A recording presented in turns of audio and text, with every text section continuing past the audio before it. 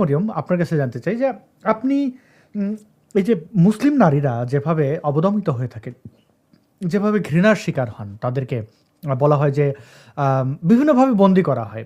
আমরা কিছুদিন আগে দেখলাম নাসা চন্দ্রযান পাঠিয়েছে, 4 জন সেখানে ছিলেন, আমি যদি ভুল না করি। তো সেখানে একজন নারীও ছিলেন, আমি দেখাচ্ছি ছবি একটু পরে। তো আমাদের ঘর থেকে স্কুলে যাইতে বলা হয়, তোমার সাথে আম, এই কি গায়রে মারহাম, এই সেই, এই যে মানে একটা পুরুষ, মানে নারী হচ্ছে একজন অধীনস্থ, তার সাথে একজন পুরুষ যেতে হবে, অভিভাবক ছাড়া যাওয়া যাবে না। অথচ এই পৃথিবীর মানুষ চাঁদ থেকে ঘুরে আসছে।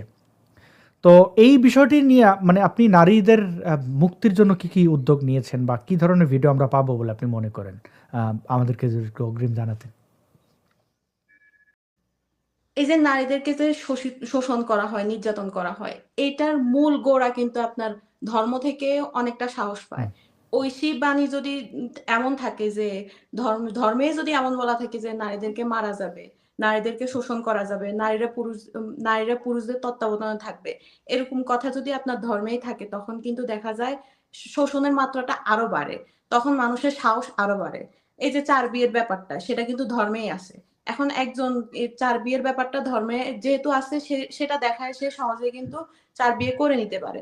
এখন সমাজের কারণে, সামাজিক কারণে কিংবা রাষ্ট্রীয় কারণে, অনেক কারণে হয়তো অনেকে করতে পারছে না। কিন্তু কোনো এক সময় যদি সুযোগ হয়, যেমন শরিয়া আইন, আফগানিস্তানে কিন্তু এরকমটা হয়। আফগানিস্তানে আপনার এরকমও আইন আছে যে স্বামী তার স্ত্রীর হাড় না ভাঙা পর্যন্ত তাকে পেটাইতে পারবে। অর্থাৎ হুম। আপনি তাহলে আমার এখানে একটা আসলে প্রশ্ন ছিল, যদিও মানে শুনতে খুব খারাপ লাগবে, হাড় না ভাঙা পর্যন্ত পেটাইতে পারবে। ধরেন একজন মানুষ তার স্ত্রীকে গলা টিপে হত্যা করলো, সেখানে কিন্তু হাড় ভাঙে নাই। তাহলে এটা কি তাহলে বৈধ তাদের আইনে?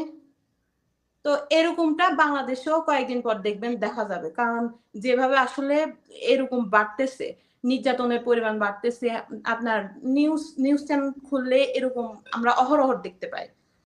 স্কুল কলেজ হইতে শুরু করে সব জায়গায় নারীদেরকে যেভাবে বন্দি করা হয়। আপনি স্কুলে যাবেন, ওই যে ভাইয়া বলতেছিলেন যে আপনাকে কোনো একজন সঙ্গী লাগবে, পুরুষ সঙ্গী লাগবে। এখন পুরুষ সঙ্গী লাগবে আরেকজন পুরুষ সঙ্গীর কুনজর থেকে বাঁচানোর জন্য। মানে আরেকজন শকুন আপনার দিকে তাকাবে, সেজন্য আরেকজন শকুন আপনাকে হেল্প করবে। বিষয়টা এমন না?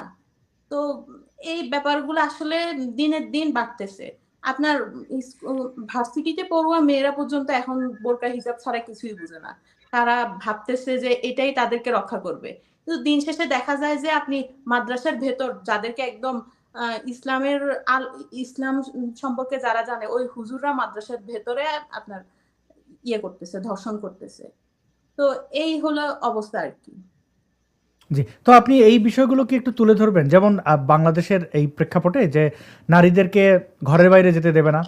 একজন তাদের গরু যেরকম রাখাল নিয়ে যেতে হয় দড়ি বেঁধে, এরকম এই গায়রে মারহাম কি কি জন্য ইয়ালে নিয়ে যেতে হবে। তো দেখেন, এই যে আর্টিমিস ট্যুর কথা বলছিলাম, এই সদ্য যে এই যে চন্দ্র অভিযানে, তো এখানে ক্রিশ্চিয়ানা কোচ না, তিনি একজন নারী, এবং তার সাথে যে আরও 3 জন ক্রু ছিলেন, তারা এই যে চাঁদে দিয়ে ঘুরে চলে আসলেন। তো যে এই 2026-এ সেখানে বাংলাদেশে দোকানে যাওয়া বা শিক্ষা প্রতিষ্ঠানে যাওয়ার ক্ষেত্রে বাধা তৈরি করছে। তো এই মোল্লা, এদের কি লাজ লজ্জা বলে কিছু নাই? মানে তারা এগুলো কেন করে বলে আপনি মনে করেন, এবং আপনি কিভাবে তাদের এই যে পুরুষতান্ত্রিক ইয়ে চাপিয়ে দেওয়াটা আপনি বন্ধ করার জন্য উদ্যোগ নেবেন?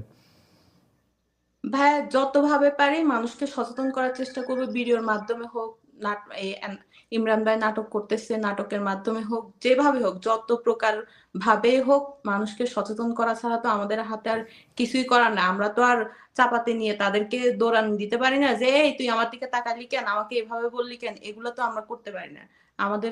আমাদেরকে তো কথা বলার মাধ্যমে মানুষকে সচেতন করতে হবে। এছাড়া আর কি উপায় থাকতে পারে ভাইয়া? এরপর ভাইয়া আচ্ছা। দেখেন, আপনি বলছিলেন যে মানে মাহারামের বিষয়টা কতটা জঘন্য হইলে এরকম একটা আইন থাকতে পারে যে তুমি পুরুষ আমার দিকে তাকাইবা, তুমি আমাকে কুদৃষ্টি দিবা, আবার আমাকে রক্ষা করতে হবে, আমাকে আমার ঢেকে রাখতে হবে। এখন আপনি চন্দ্র অভিযানের কথা বললেন, আমাদের পুরুষরা এখনো পর্যন্ত, আমাদের নারীরা কি পড়বে কি পড়বে না এটা নিয়ে এখনো পর্যন্ত ব্যস্ত। কোথায় যাবে, কিভাবে যাবে, এটা নিয়ে ব্যস্ত। আর চাঁদে কিভাবে যাবে ভাই? চাঁদে যাইতে হইলে তো তারা ওইখানেও ভাববে ওখানে কোনো পুরুষ তাদের দিকে তাকাইলো কিনা, বোরকা পরে গেল কিনা।